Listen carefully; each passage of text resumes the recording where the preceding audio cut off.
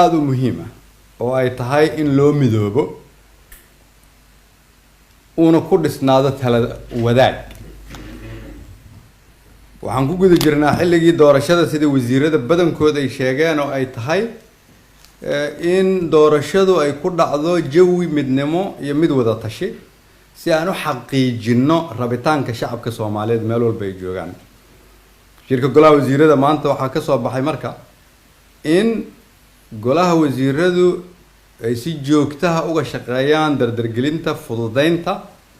ka shaqeynta sida ay ku dhici lahayd doorasho ummadda Soomaaliyeed ay isla ogoshahay waxa kale oo halkan laga soo jeediyay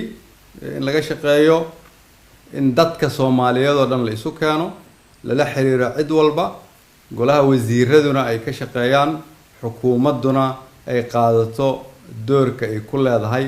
si ummadda Soomaaliyeed looga gudbiyo marxaladan adag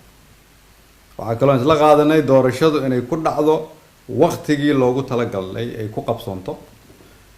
waqtigaasna si ay ugu qabsoonto waa in la geliyo xooga ugu badan oo la geli karo sidoo kale waa in laga fogaadaa in ay dhacdo ama lagu shaqeeyo fikir ku salaysan muddo kordhin sababtoo ah muddo kordhin waxay horseedi kartaa qalalaasa siyaasadeed mid amni iyo mid dastuuri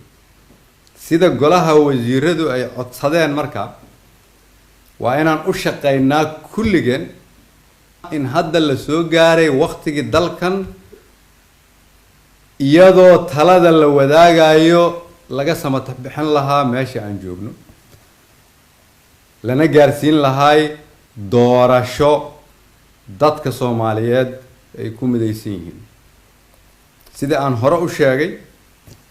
golaha wasiiradu way soo shaqeeyaan way bixiyaan